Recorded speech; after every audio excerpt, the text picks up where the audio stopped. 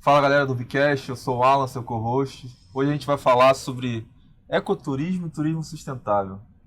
Não sei nada sobre isso, estou aqui para aprender junto com vocês. Primeiro apresentar os convidados. Quem são vocês? Eu não conheço, acho que nenhum de vocês. Seria legal vocês apresentarem. Eu sou a Lari, eu trabalho aqui no UB e hoje trouxe 2 colegas de faculdade para falar com a gente um pouquinho sobre isso, mas só eu sou uma padawan. Eu trabalho aqui, eu fiquei 1 ano no setor administrativo e suprimentos. Agora eu tô no comercial internacional. Legal. E eu sou formada em gestão ambiental. E é onde comecei minha história com o meio ambiente. Na verdade, acho que quase uma paixão também. Então é um tema que eu gosto muito de falar. E aí foi quando a gente se conheceu na faculdade, eu e os meninos. Acho que eles podem se apresentar melhor agora. Bem, sou o Carlos Eduardo Cardoso. Minha trajetória começa bem antes do curso de gestão, né? Eu sempre quis trabalhar na área de meio ambiente, já tentei biologia um pouco mais cedo, fiz a minha graduação de gestão ambiental tardia, mas já estava bem consolidado do que eu queria, né? E eu encontro esse presente aí lá na faculdade, que são os CDFs de lá, a gente tem que se juntar aos melhores, né, na verdade. Eles estão aí e tem... O resto da galera que vai escutar o podcast vai ficar ofendido. O resto da turma. Pois é, não. Então eu posso mencionar também... Só mandar o link. Então eu posso mencionar também o Márcio Alexandre, que aí eu me associei aos melhores, né? Então, mas foi uma turma muito boa, muito especial. Muito e aí a gente chega nesse momento, né, principalmente aqui, Vitor e eu, de botar um plano em prática de uma empresa sustentável para poder propagar os nossos conhecimentos, tanto para o lado empresarial, tanto para pessoas que queiram realmente fazer cursos de educação ambiental. E aí a gente chega com uma empresa que é a empresa Quipus. Que aí essa é a ideia, né, dos 2 serem convidados pela Lari, por esse motivo, né? Empresa? Quipus ambientais. Soluções ambientais. Entendi. Eu sou o Vitor, eu me formei em gestão ambiental junto com esse pessoal aqui. Logo depois eu já entrei no mestrado profissional em engenharia ambiental. E aí quando acabou esse período, realmente surgiu essa oportunidade de começar essa empresa, de começar esse projeto. E é isso que a gente está fazendo, está começando com esse processo de trazer a sustentabilidade para as empresas e para as pessoas nos mais diferentes setores. Entendi. Tá. Turismo sustentável, né? Como ser um turista mais consciente. Do que a gente está falando, assim? De quais dimensões e o que é ser um turista sustentável? Na verdade, antes da gente falar sobre o turista, né? Ser um turista sustentável, a gente tem que trazer a definição de ecoturismo, né? Então, trazer esse conceito de turismo sustentável, ecoturismo e até mesmo sustentabilidade, que é onde a gente acaba chegando, né? Que o turista o ecoturismo vai fazer um turista ser sustentável, né? Dentro das suas possibilidades. No geral... Você está dizendo que não é só o indivíduo, né? Existe uma estrutura e destino em si, no ambiente em si, para que realmente seja sustentável. Precisa realmente um trabalho tanto do indivíduo, do viajante, dos profissionais, da comunidade local, né? De uma forma global para chegar a um ambiente ser sustentável, né?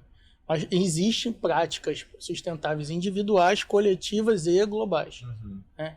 E aí, dentro disso, a gente vai explicar um pouco o que é o ecoturismo na definição. Vitor, pode falar um pouquinho? Acho que quando a gente fala de turismo sustentável, antes é preciso a gente entender o que é exatamente sustentabilidade, né? Porque a gente fala muito a respeito disso no dia a dia, tá em todos os jornais, mas as pessoas não param realmente para pensar no que isso significa no dia a dia delas. Então, sustentabilidade é a gente perceber que qualquer ação que a gente fizer vai gerar um impacto na nossa vida e na vida de todos os outros seres do planeta. E isso é independente se a gente está no nosso dia a dia ou se a gente está viajando. Então, quando a gente incorpora essa questão da sustentabilidade para a viagem, isso vai levar a questionamentos de, por exemplo, para onde eu vou viajar, qual o impacto que eu vou gerar para esse lugar onde eu estou indo e como eu vou me comportar enquanto eu estou nessa viagem. Eu acho que a gente traz muito a questão da viagem ser um momento de reflexão também, né? Um momento de diversão, de muitas outras coisas, mas pode ser um momento de reflexão ambiental, inclusive. E acho que entra o que o Vitor tinha falado, né? De que todo ecoturismo é um turismo sustentável, mas nem todo turismo sustentável é a prática do ecoturismo. Então tem aí essa diferença. E a gente pode ser sustentável independente do destino, independente do lugar, independente de estar em um lugar associado aí à contemplação à natureza. Então, acho que isso é muito interessante. E enquanto turistas, quando a gente está viajando, acho que a gente tem um olhar muito atento, muito sensível a tudo que está ao nosso redor. Então, é uma oportunidade incrível de você estar atento a esses aspectos ambientais também, sabe? A história. E aí, quando a gente fala disso, não só ambiental, natureza, mas também a cultura do local. Então, você ser ali reflexivo enquanto você desempenha uma atividade ou enquanto você está viajando. E pensar no impacto que suas atividades vão causar e como você pode minimizar esses impactos negativos e maximizar os positivos, sabe, ao estar em um lugar. Entendi. Eu acho que ainda tá um pouco abstrato ainda para mim, tipo, o que é sustentável e tal. Vamos tentar dumb it down, né? De explicar para uma pessoa de 3 anos de idade. O que em termos de práticas isso reflete, né? O que uma pessoa média, um cidadão médio consegue colocar no seu comportamento, no seu dia a dia, porque é realmente uma pergunta anterior, é realmente plausível você ainda colocar uma responsabilidade a nível de indivíduo, né? Para o cara que está ali viajando, juntou o dinheirinho dele de 3 anos para viajar para um destino que é dos sonhos dele ali e ainda meio que incutir a responsabilidade de vários comportamentos responsáveis, pensar na cultura, pensar no impacto ambiental, pensar, enfim, tudo que a gente falou aqui.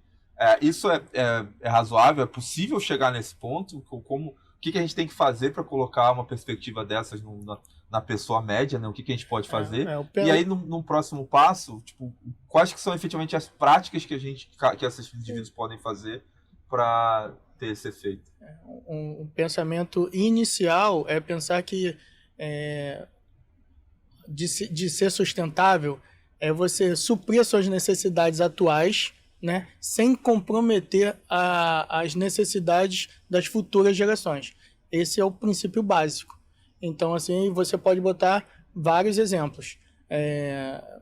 Exemplos simples, por exemplo, do plástico. Você recolher, tirar ele para poder fazer reciclagem, que a gente já sabe que o plástico leva mais de 100 anos para ser degradado no meio, né, na natureza. Então, assim, esse é um dos exemplos. Então, quando você está pensando em ser sustentável, é isso, é você usar os recursos que ainda tem disponíveis na Terra, né, de uma forma consciente e que você possa deixar para as futuras gerações a mesma oportunidade de usar esses recursos.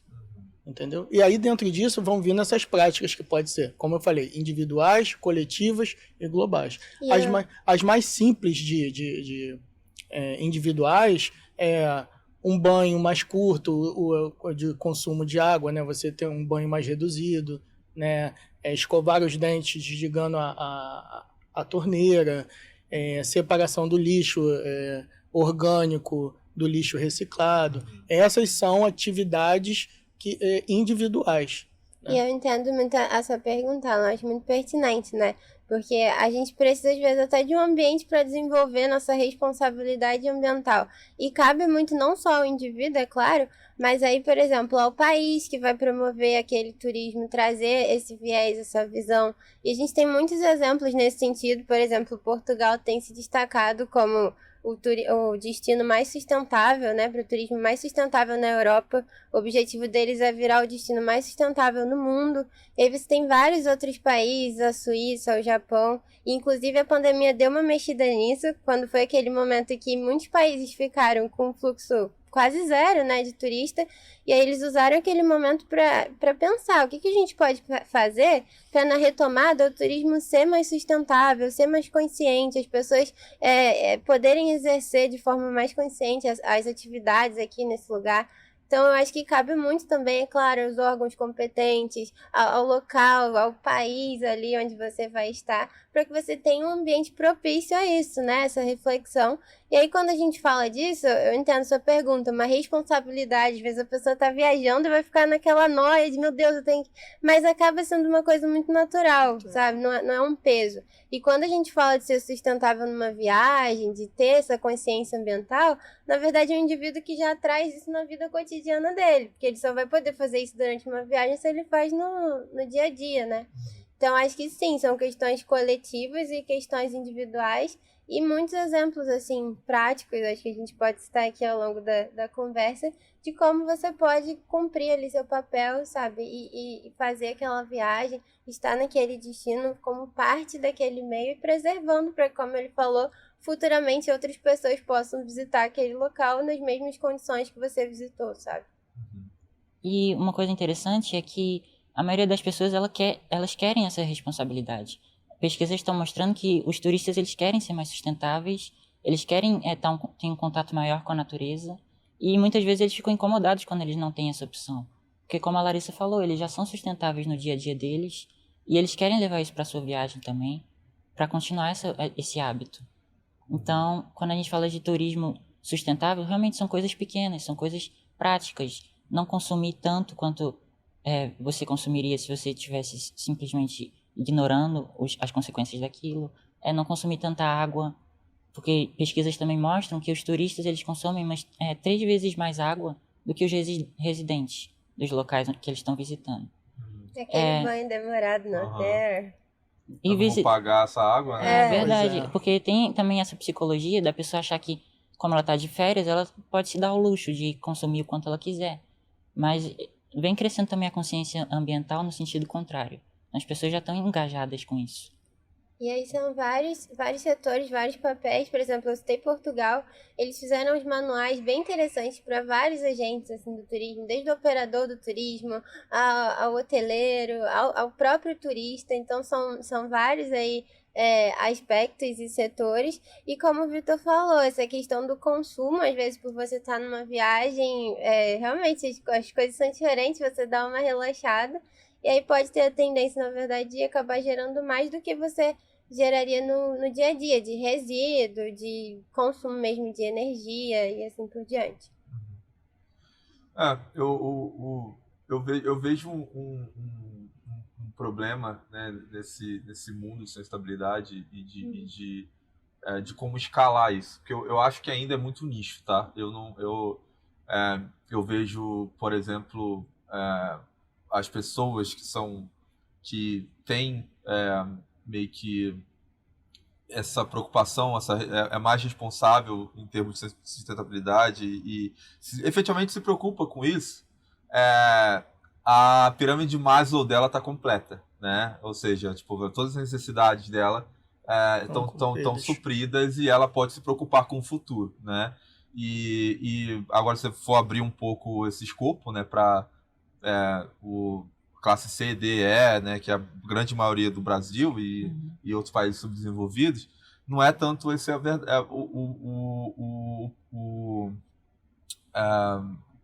o padrão, né? Não é tanto o que reflete nesse perfil. E aí vocês me dizem o que vocês acham disso, porque para mim o desafio é como, já que, né, a maior parte da população, né, não consegue ver esse problema justamente porque eles estão com problemas mais próximos, é aquela coisa, né? Eu, por exemplo, eu vou casar agora e eu tenho que emagrecer para entrar no terno, né? Mas eu também tenho que ser mais saudável pela minha saúde, assim, né? Só que eu tenho muitas coisas mais próximas que me afetam agora, que é muito mais fácil eu atender a elas do que o Alan do futuro, né? Sim. E aí é por isso que é difícil para as pessoas, talvez, Entender. meio que pensar nas gerações futuras e nos filhos e tal. Agora, que mecanismos e ferramentas, ou, enfim, sendo educativas ou até coercitivas de alguma forma, embora eu não goste muito desse caminho, que vai fazer essa visão escalar mais, né, de sustentabilidade, para escalar para o afegão médio, para a pessoa ali que efetivamente a prática dela é o que mais causa impacto devido ao volume. Por exemplo, queimar carvão, queimar madeira, etc, etc. Como que a gente chega nessa galera, sabe? Eu acho que, como você falou, é uma questão de educação ambiental é a chave de tudo, assim, eu diria. E como você falou, por exemplo, realmente países mais desenvolvidos têm esse olhar mais assertivo, as pessoas recebem uma educação ambiental, faz mais parte da cultura, da rotina delas do que aqui. A gente não tem hoje como grade disciplinar, por exemplo, educação ambiental. Isso é extremamente importante. E, inclusive, o indivíduo mais pobre, que está com outras preocupações maiores ali no momento, ele está sendo diretamente impactado também, sabe? Às vezes os que mais sofrem, inclusive, pelos impactos ambientais, os que estão em regiões mais impactadas. Então, acho que como quase tudo, assim, a chave é educação, é ter acesso a esse pensamento, é desenvolver esse pensamento crítico e entender que, na verdade, esse é um problema urgente, sim, tão quanto outros, talvez, que afetem ali aquele indivíduo no dia a dia. E é importante também a gente entender que sustentabilidade tem a ver com a qualidade de vida dessas pessoas e tem a ver com o desenvolvimento econômico delas também. O ecoturismo é um grande potencial para desenvolvimento da economia dessas comunidades locais, desses povos menos desenvolvidos economicamente. Então, quando alguém que tem um poder aquisitivo maior decide fazer essa viagem para uma reserva natural, para uma área protegida, decide comprar naquele comércio local, decide apoiar aquela economia, ele está gerando um grande impacto para o ambiente e também para a vida daquele trabalhador que às vezes está lutando para ter um alimento na mesa. E aí a gente já está falando de uma das práticas, assim, bem diretas nessa questão do consumo local, é muito importante. A gente estava até conversando, porque às vezes você está numa viagem, você tem um restaurante de franquia, um restaurante de rede. Priorizar, você está falando do consumo local, né? Você não vai em Maceió para comer no McDonald's. No McDonald's, né? Exatamente. É sempre o exemplo que eu dou. Você pode ir na casa de uma família que tem toda uma história ali com o local. Você vai experimentar pratos típicos, às vezes conhecer a tradição da família. E além disso ser enriquecedor quando você está viajando, você, como o Vitor falou, está contribuindo para aquela comunidade local. Até questão, às vezes, lembrancinha. Pô, você vai comprar uma lembrancinha no aeroporto, se você pode comprar uma lembrancinha produzida artesanalmente ali pela comunidade local e tal. Então, o turismo também, de certa forma, e quando ele é sustentável, impacta essas pessoas positivamente. E gera uma experiência mais rica, né, para a pessoa que está fazendo aquela viagem. Não fica uma coisa massiva. Você fica imerso na cultura local. Isso. Na verdade, gera experiências para os dois lados, né? Tanto para o viajante quanto pelo anfitrião também. Né? O anfitrião pelo lado econômico, né? E eles pela conscientização, né? De entender aquela cultura. O Vitor estava falando sobre sustentabilidade, então, assim, que a sustentabilidade vai também além, vai ao bem-estar, e na verdade a sustentabilidade se abre num leque de sustentabilidade ambiental, ecológica, né, que é onde a gente tem que reduzir o consumo de energia, o consumo de água, também transita pela sustentabilidade social, onde a meta é a igualdade social, né, diminuir a desigualdade social e levar a educação e saúde para todos daquela população. Aí tem a sustentabilidade empresarial, que é onde a empresa faz medidas sustentáveis dentro do plano de sustentabilidade ambiental para a empresa, tentando equilibrar lucro com sustentabilidade, e a sustentabilidade econômica. Então, assim, está tudo dentro de sustentabilidade.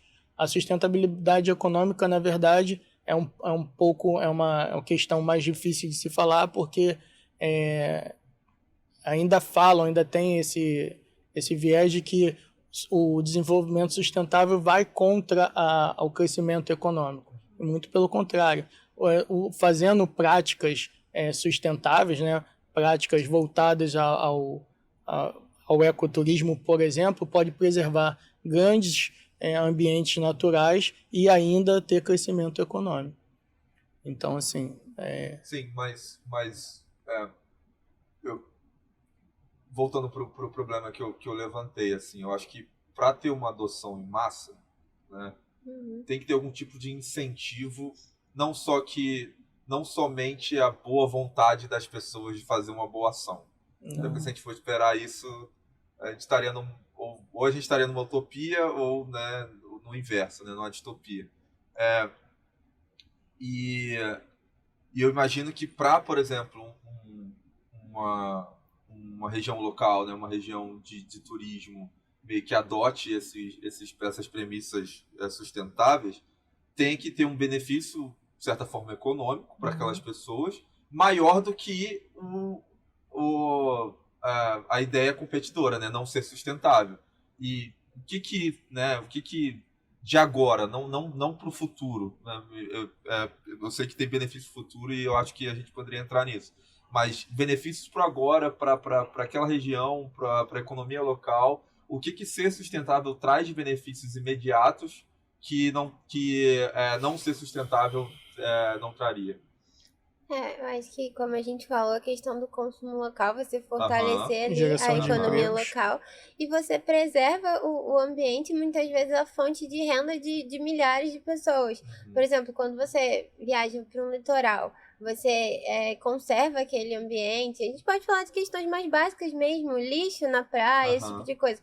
Quando você conserva, você na verdade está preservando um ambiente que na verdade está associado à fonte de renda de muitas pessoas, de pescadores, de pessoas ali da região local. Então você tá visitando o lugar que é a moradia de alguém também. Você está respeitando, preservando e garantindo que você continue fluindo, que as pessoas continuem tendo empregos, às vezes, que dependem de uma região mais preservada, por assim dizer. Não sei se deu para pegar a ideia. Entendi.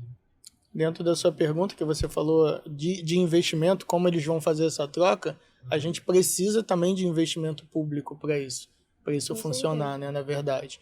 Porque você não pode simplesmente tirar o pescador, exemplo da Lara, tirar o pescador e fazer ele trabalhar no turismo, né? Porque ele não vai. Então precisa de uma especialização. A gente pode dar exemplos do caso Tamar das tartarugas, onde os próprios pescadores que vendiam a carne da tartaruga e o restante, casco e tudo, agora eles protegem, porque eles trabalham no projeto, eles ganham para isso. Então, assim, eles não teve perda de... Você conscientizou aquelas conscientizou. pessoas. Precisou uma especialização, precisou entender o que é a sustentabilidade para poder fazer essa troca e ter investimento para isso, para trazer recursos financeiros para eles. Porque, exato, ótimo ponto, assim, me lembrou um caso que aconteceu nos Estados Unidos, provavelmente vocês devem conhecer, das minas de carvão, né, que foram fechadas durante o governo do Obama, que o Obama teve essa frente de sustentabilidade, e aí para meio que tornar a geração de energia mais sustentável nos Estados Unidos, e fechou muitas minas de carvão e outras práticas consideradas retrógradas, né? Só que muitas famílias tinham a sua subsistência, era da mina de carvão, né? Então o dinheiro vinha dali, sustentava dali. Então se você tira um meio de ganha-pão de uma família, você tem que dar uma contrapartida, senão... E aí, nessa época, eu lembro que rolou um backlash, uma crítica muito grande contra o governo Obama, que a solução do governo foi meio que, tipo assim, ensinar essa galera a programar. Tipo, tinha até um hashtag no Twitter, Learn to Code. Tipo, como é que você vai ensinar um carvoeiro de 60 anos a programar? Sabe? Não faz nenhum sentido, assim. Então, existem, então, para a gente começar a meio que mudar um pouco o viés dessa economia local, desse povo, talvez, que trabalha com pesca, enfim, com coisas que degradam a natureza, mas que são meio que trabalhos operacionais, manuais, eles precisam de um substituto, né? Eles precisam de uma maneira de substituir que seja sustentável, né? E, tipo, como Como que a gente integra isso hoje na sociedade? Tem né? alguns Como é que, exemplos, por exemplo, caso de- no Pantanal. Vamos dar outro exemplo. Os caçadores de onças, por exemplo. Hoje em dia, eles são guias turísticos, para poder o próprio turista ver, ter a vivência com a onça, Aham. como ela se alimentar. Porque ele já tem o conhecimento, ele tinha o conhecimento na hora de caça. Então, se foi a experiência dele anterior, foi revestida, foi investida para ele ser um guia turístico. Claro, teve uma especialização que agora ele pode levar os turistas em segurança, por exemplo, no Pantanal, para poder ver as onças e se alimentarem, como vai ser o cotidiano dela, como é o habitat dela. Então, são esses programas, esses cuidados que tem que ter. Você não simplesmente tem que tirar, você tem que colocar também. Porque a gente está lidando com vidas, né? Então, precisa de políticas públicas voltadas para isso. Pode ser pública-privada, mas tem que existir também essa vertente. Não é simplesmente trocar. Eu acho que toda discussão ambiental esbarra nisso, né? Assim, o nosso individual, nossa ação micro comparada com o macro. O que sou eu economizando, deixando de poluir em vista de uma grande indústria, de um grande setor? É claro que existe isso, mas eu acho que é muito interessante a gente pensar no que a gente pode fazer. E, na verdade, essa é uma demanda crescente do próprio consumidor. Eu acho isso muito interessante. Eu estava vendo umas pesquisas que mostram que as pessoas estão dispostas, às vezes, claro, quando podem, e a gente tem que sempre lembrar isso, quando podem pagar um pouco mais para estar, às vezes, em um hotel, em um local mais sustentável, que tem esses atributos, que tem um selo, por assim dizer. As pessoas estão demandando mais por isso, sabe? Eu vi uma pesquisa também que mostrava que 70% das pessoas, se puderem, entre ficar hospedadas em um local que tem esse viés de sustentabilidade, tem alguma certificação, alguma iniciativa, entre outros que não tem, elas vão preferir ficar no que tem. Então, eu acho que é uma coisa muito boa, que as pessoas estão mais atentas a isso e a gente tem que, claro, investir nisso, né? E toda essa questão, eu acho que está muito relacionada ao consumo local ali, as pessoas, você está integrado não só à natureza do local, mas à cultura do local. O Cadu estava falando com relação aos guias de turismo, e eu acho um ponto muito importante, por exemplo, a gente vê algumas... Às vezes você tá no TripAdvisor pesquisando dicas para fazer uma trilha, alguma coisa, e se vê que é recomendado ter um guia de turismo. Às vezes você tem que pagar mais uma trilha que você acha que pode fazer sozinho. Mas, poxa, é super interessante. Aquele cara tem um conhecimento ali sobre a história do local, sobre a natureza do local, além de ser super relevante para a preservação também. A gente estava conversando... tem algumas pessoas que têm a prática de fazer, às vezes, trilha noturna em alguns locais que são proibidos. Isso é extremamente perigoso. Além de ser perigoso para a sua segurança, você está impactando toda uma vida naquele local. Tem um motivo para haver aquela proibição. Por exemplo, teve um incêndio na Pedra Bonita de 2015 para 2016. Foi começado com uma fogueira. Turistas que estavam à noite acenderam uma fogueira. O incêndio levou 2 dias para ser controlado, sabe? Você impacta a vida noturna dos animais naquele meio, enfim. Então, sempre quando você está conectado, o que eu quero dizer, com a cultura daquele lugar, com pessoas que conhecem mais daquele lugar, e você pensa nisso na natureza ali daquele lugar, se vê como parte, né, se integra, porque isso que a gente fala de ecoturismo está muito relacionado a isso, a interpretação ambiental que eles chamam, que é quando você se integra ao meio, você se entende como participante ativo daquilo. Então, eu acho que sim, é uma questão muito macro, mas que aqui a gente pode abordar, às vezes, até de forma leve, como a pessoa pode ser mais sustentável estando ali no seu destino. Eu acho que leva muito para o que o Cadu falou, né? A sustentabilidade, ela tem que ser lucrativa também. Lucrativa para aquelas pessoas que estão envolvidas com aquilo.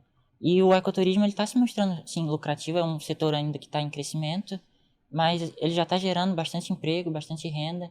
Em 2019, aqui no Brasil, foram 90 mil postos de trabalho que já foram criados com o ecoturismo. E o Brasil, ele tem um grande potencial com essa questão da beleza cênica, das paisagens.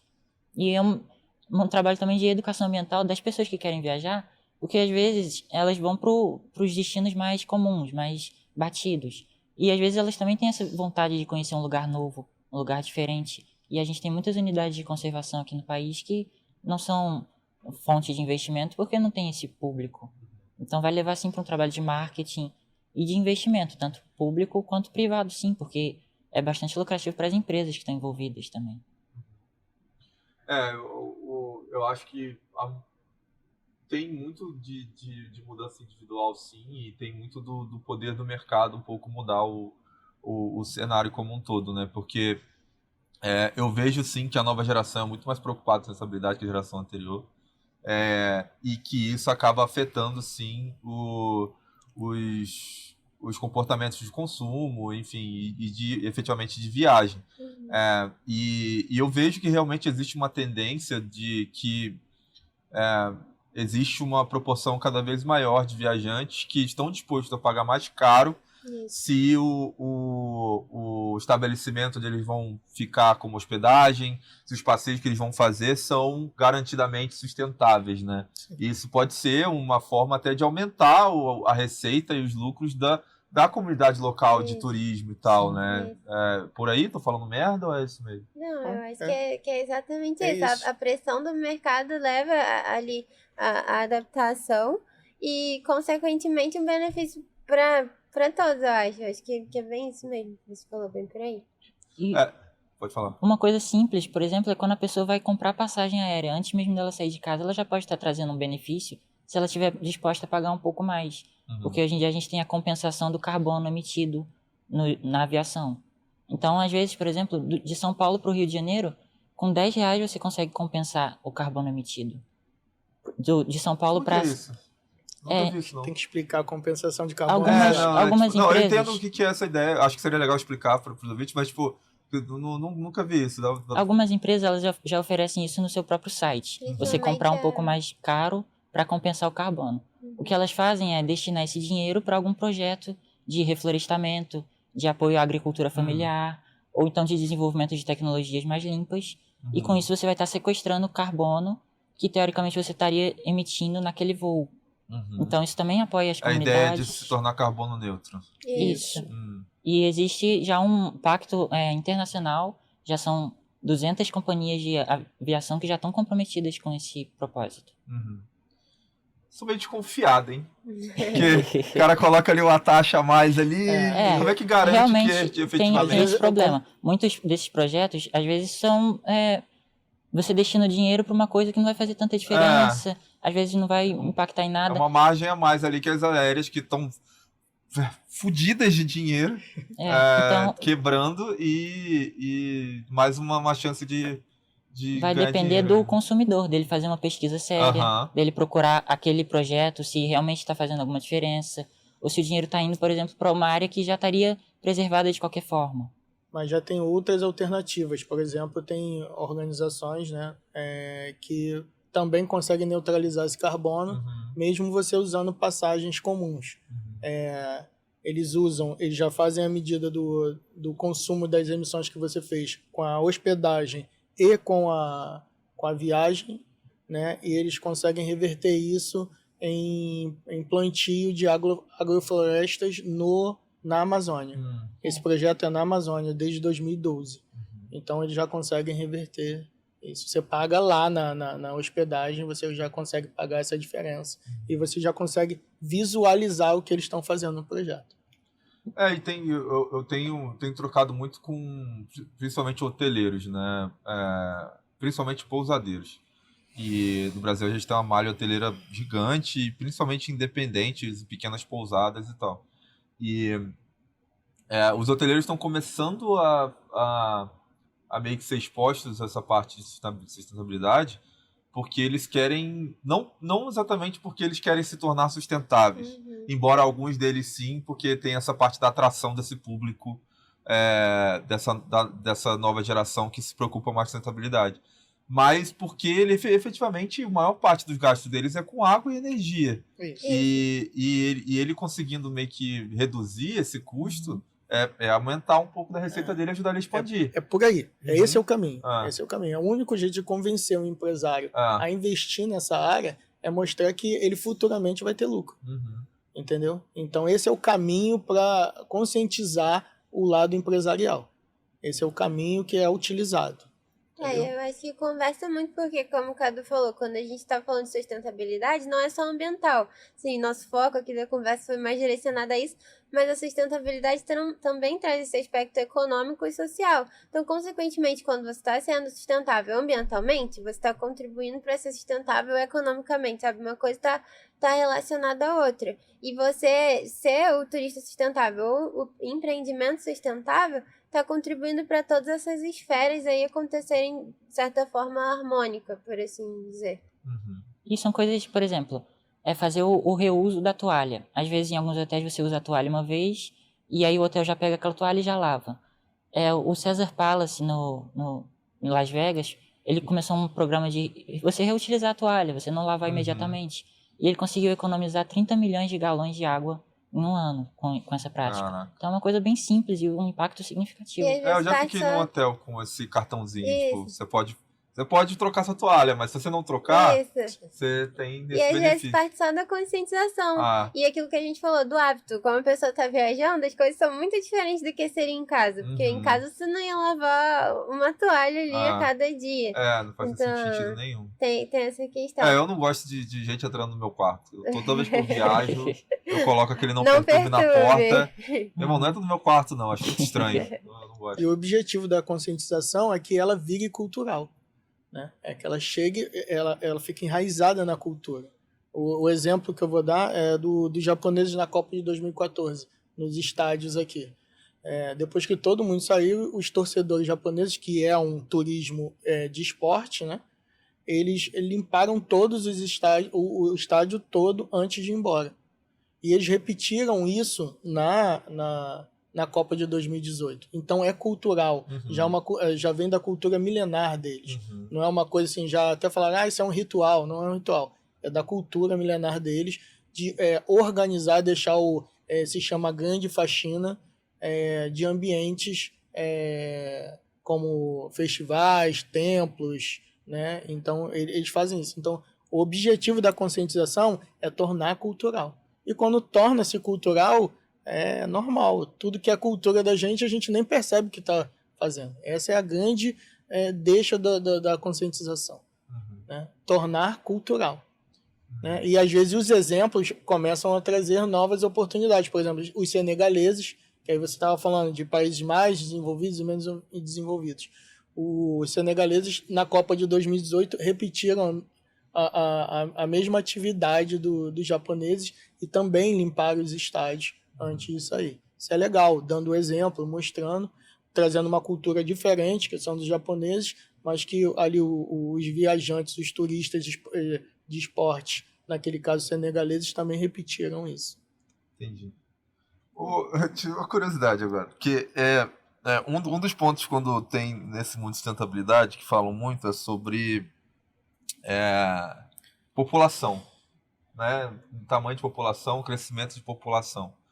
O que vocês acham sobre isso? Curiosidade mesmo, porque eu tenho lido alguns artigos e tal, e aí tem meio que duas visões, né? Tem uma visão do que a gente vai continuar parindo um monte de filho e daqui a pouco vai ter 12 bilhões de pessoas e vai entrar numa guerra mundial. Recurso, número de seres humanos. Exato.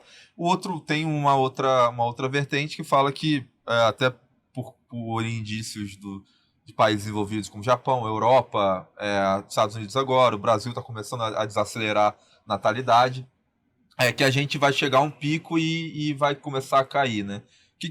Tem algum tópico, alguma cadeira ou dimensão de sustentabilidade que tange essa parte de natalidade e população ou não? Entrei num caminho que não deveria ter entrado. Não, sim, a gente pode falar de outra forma. Por exemplo, acho que o ponto mais crucial é a alimentação, né? É a fome, né? Que é muito desigual. O número de cabeças de gados existentes no mundo é o dobro do número de população mundial. Então, não é por o número de grãos também, se fossem partilhados já ao mundo, também daria para poder matar a fome de todos. Então, está mais na desigualdade, que aí a gente entra na sustentabilidade social, para poder diminuir essa desigualdade, do que a gente ter a preocupação do número crescente de seres humanos no mundo com a falta de alimentos. Na verdade, a gente já produz alimentos superior à quantidade de seres humanos. O problema é a desigualdade na hora da partilha. Interessante. Grande problema. Tipo, a produção de alimentos, ela ficou muito eficiente, principalmente o Brasil, né? O Brasil é muito avançado em termos de produção. Eu gostei porque tem uns caminhos meio que sombrios de sustentabilidade que eu não curto muito, assim. Uma galera que é meio apocalíptica, que fala que a gente teria que parar de ter filho e tal. E esse debate ele é antigo, né? Já em 1800, assim, o pessoal já pensava um pouco isso, que tá nascendo muita gente, não tem recurso, não vai dar, a humanidade vai acabar daqui a uns 100 anos. E acabou que não é isso, né? Foram desenvolvidas tecnologias mais eficientes, as pessoas conseguiram aproveitar mais os recursos, desperdiçando menos. Ou seja, através da sustentabilidade a gente está conseguindo superar esse dilema. Perfeito. Mesmo em pequenos passos, está conseguindo. E isso é um ponto que a gente meio que é difícil de considerar quando a gente está falando de futuro, né? Que é o como a gente se adapta ou resolve problemas muito difíceis com tecnologia, etc., que, né, os futuristas passados não conseguiram prever, né? Como, por exemplo, a produção de alimentos, esse tipo de coisa. E muitas vezes a gente resolve à medida que o problema surge, né? O ser humano é muito bom com isso, né? E é bom colocar esse fator também antes de querer botar um futuro apocalíptico, embora seja importante também ser responsável e não sair fazendo merda sem pensar nas consequências. Vocês têm algum outro ponto, alguma coisa que vocês acham que a gente deveria falar? Isso que você falou do excesso da população, isso se reflete também no turismo, né? Porque quando você tem alta temporada, você está aumentando muito a população daquele local, está consumindo muito mais os recursos. E aí o ecoturismo ele vem com uma outra abordagem, que é um turismo de pequenos grupos para você conhecer aquele local sem degradar ele. Então você até diminui um pouco a hostilidade que às vezes as pessoas têm com os turistas naquela região. As pessoas ficam mais receptivas. Eu sou de Cabo Frio, velho. A gente odeia turista. Eu também. Pois é. Você é de Cabo Frio? Velho. Isso aí, Cabo Friense. Cabo Friense. Tem 3 Cabo Friense aqui no URB. A gente, às vezes, se reúne pra falar mal. Em alta temporada a gente foge, né? Tipo, cara, Réveillon lá em Cabo Frio é 2 milhões de pessoas na praia. Sim. E é surreal, assim. E a gente é treinado a odiar turista. Vocês não conseguem ir na padaria comprar pão. Exato, trânsito impossível. E tá muito relacionado com isso também, às vezes um pensamento sustentável aí ao viajar, na hora do planejamento, planejar viajar na baixa temporada. Além de ser mais barato, que geralmente a gente procura fazer, você, além dessa questão de não sobrecarregar o ambiente, você está garantindo também a manutenção da fonte de renda de pessoas que às vezes trabalham muito durante a alta temporada, tem muito trabalho, tem muitas pessoas, muitos turistas para atender, e na baixa temporada podem ficar até sem emprego, alguém que trabalha diretamente com os turistas. Então, quando você foge da alta temporada, viaja na baixa temporada, você está contribuindo também para manter ali aquele comércio local girando numa época que não seria tão procurado aquele destino, sabe? Então também está relacionado com uma prática sustentável ao viajar. Dessa forma, o Uber é bem sustentável, né? Nosso modelo de negócio basicamente foca em baixa temporada. Em destinos não explorados. Isso, desses destinos não explorados também, a gente tem que pensar e também conservar, né? E não acontecer por exemplo, de um parque, vai ter um exemplo de Minas agora, né, que foi decretado que um parque ecológico pode acabar para ser uma mineradora em pleno Belo Horizonte.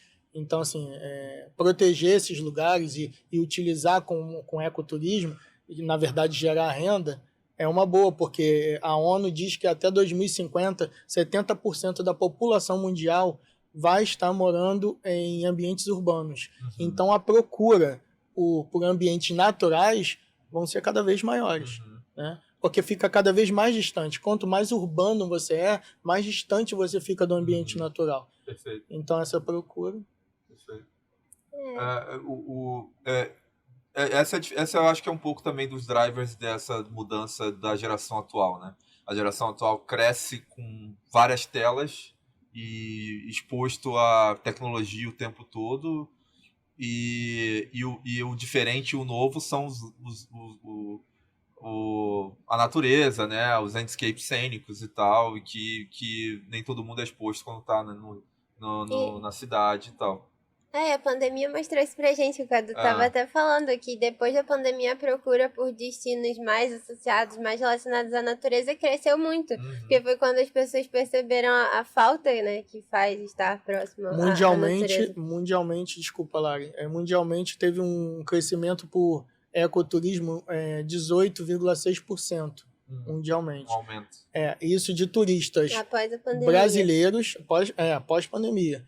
De turistas estrangeiros procurando ambientes naturais aqui no Brasil. E entre os viajantes brasileiros teve um aumento de 60%. E aí, quando a gente vai falar em valores e explorar o que a gente tem, né, usar o que a gente tem de ambientes naturais, aí tem outros números. Por exemplo, teve um faturamento anual em 2015, né, bem antes pandemia, pré-pandemia, que foram 260 bilhões de dólares mundialmente em ecoturismo. E o Brasil só teve 70 milhões dessa fatia. 70 milhões, a gente estava falando de 260 milhões, né? Uma conta rápida, o Brasil ficou num percentual de 0,3%. Olha o quanto tem de ser explorado, né? Esses ambientes que ainda não foram explorados, programas e projetos que ainda não chegaram em certos pontos do Brasil. E é isso, eu acho que é um nicho a ser explorado de forma consciente, né? Claro, mas assim, com total ênfase para o crescimento. Cara, tipo, eu particularmente, eu odeio lugar que é muito turístico, sabe? Tipo, por exemplo, porque você é cabofriense. Exato. Exatamente. Eu fiz um mochilão faz alguns anos e aí uma parte do mochilão eu fui pra Machu Picchu. Cara, Machu Picchu, né? Uma das maravilhas do mundo, foda, maravilhoso. É um inferno, é muita gente, você não consegue tirar uma foto sozinho.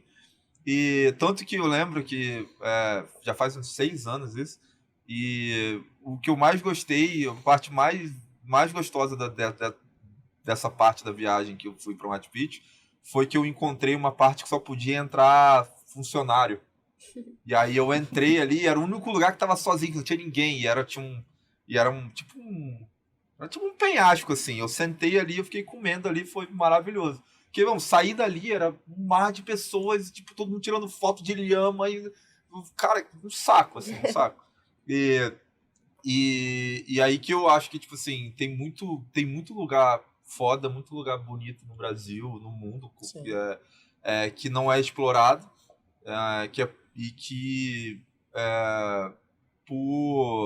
por a gente ter... não sei, talvez por ser pouco divulgado, ou por a gente ter essa meio que comportamento de manada, né? De ir onde fulano foi e de ir onde todo mundo vai, que acaba não sendo explorado e que pode ser uma experiência muito melhor do que ir num lugar que tem uma cacetada de gente e não consegue andar. Exemplo de unidade de conservação, né? Temos aqui o Parque Florestal da Tijuca. É a unidade mais visitada no Brasil. Dentro de cidades, né? A unidade, e temos várias outras unidades espalhadas. A gente tem 10 unidades de conservação no Brasil que quase todo mundo vai para elas. Mas a gente tem 2.500 unidades de conservação no Brasil, de forma geral. E as pessoas não conhecem, elas só vão para aquelas 10. Então é mesmo esse comportamento de manada. E se elas exploram esses outros lugares, elas estão dando incentivo para que aquilo ali se valorize e se divulgue mais também. Sim. Porque também tem muita unidade de conservação que só existe no papel. Então eles precisam desse incentivo econômico do turista para começar realmente a preservar aquele lugar, começar realmente a conservar. E acho que isso que você falou do comportamento de manada, já tem um boom, né? Um lugar que explode do nada, a gente não ouvia muito falar. E aí acontece às vezes o turismo predatório, porque é desestruturado, o lugar não tá preparado para receber aquela quantidade de visitantes. E aí a gente vê às vezes algumas tragédias e assim por diante. Então, realmente, é muito importante, como a gente falou, não só o individual, mas aí o coletivo e dos órgãos de turismo competentes também, para que tenha a estrutura adequada para receber ali aquela quantidade de pessoas. E tem muitos lugares, inclusive, que até começaram a limitar a quantidade de visitantes. A gente vê isso em algumas unidades de conservação e tudo mais. Então, isso torna também mais estruturado e mais agradável para o turista. Igual você falou, quando você vai num lugar tá fervilhando de Você pessoas. tem uma experiência única e tal. Isso. Gente, antes de fechar, assim, fazer um. O que a empresa de vocês faz? Fazer um jabá aqui. Vamos lá, Vitor. A gente oferece muitos serviços na área de gestão ambiental, oferecer sistemas de gestão ambiental para as empresas, não importa qual setor, para que ela possa estruturar as práticas ambientais dela de uma forma organizada. A gente presta assessoria para que ela esteja atendendo a legislação. A gente também oferece oportunidades para que ela encontre lucro com essa questão ambiental. A questão dos créditos de carbono, o comércio de resíduos, existem muitas opções que ela pode obter um lucro sendo sustentável. E também cursos e palestras de educação ambiental para conscientizar os funcionários e os colaboradores, principalmente isso. Qual é o nome da empresa mesmo? Quipus. Quipus. Tem um site? Tem sim. www.quipusambiental.com. Muito bom. Gente, vocês têm mais alguma coisa que vocês querem falar? Esqueceram de alguma coisa, não? Tem algum bordão de fechamento? Eu só queria, acho que agradecer a oportunidade, dizer que eu estou muito feliz com essa questão da gente estar trazendo mais uma sensibilização aí ambiental para o URB, né, essa discussão. É o nosso primeiro URBcast com esse tema e vai ser lançado aí na Semana do Meio Ambiente. A gente vai fazer essa iniciativa. Eu fico muito feliz por a gente estar tentando trazer esse olhar mais sensível. Então espero que seja um momento aí de reflexão para que todos nós possamos ser mais sustentáveis ao viajar ou no nosso dia a dia e pensar que é o nosso patrimônio, nossa matéria-prima. A gente vem de turismo, a matéria-prima do turismo é um patrimônio natural, cultural, então a gente tem que preservar, sabe? Eu queria agradecer também o convite, né, aqui, também mostrar um pouco mais dos nossos conhecimentos e da empresa, né, da Quipus, né, e também deixar um recado para todos, né, que a gente pensar no planeta como a casa de todos, né. Acho que se a gente começar a pensar dessa forma, que não tem como jogar o lixo fora, né? Acho que a gente passa a entender um pouco mais como é isso. O lixo vai para algum lugar, Não né? vai, né? A gente, na verdade... A gente acha que o lixo desaparece, então, né? Pois é bem isso. Se a gente pensar que o planeta, né? Porque a gente tem muita barreira político-geográfica, né? O país tal, eu não posso entrar ali, tal, mas é tudo um planeta só, é uma casa comum, né? Então, assim, acho que a gente tem que pensar um pouco mais na nossa casa comum, né? Nos nossos amigos que moram, nos nossos irmãos que moram do outro lado do planeta, quantos que moram aqui do lado. Então, essas barreiras políticas geográficas deveriam ser repensadas, né? Um pouco mais para a gente pensar num todo, num país, num planeta como um todo, como uma casa comum, realmente. E aí eu agradeço a oportunidade aqui de todos. Acho que é muito bom.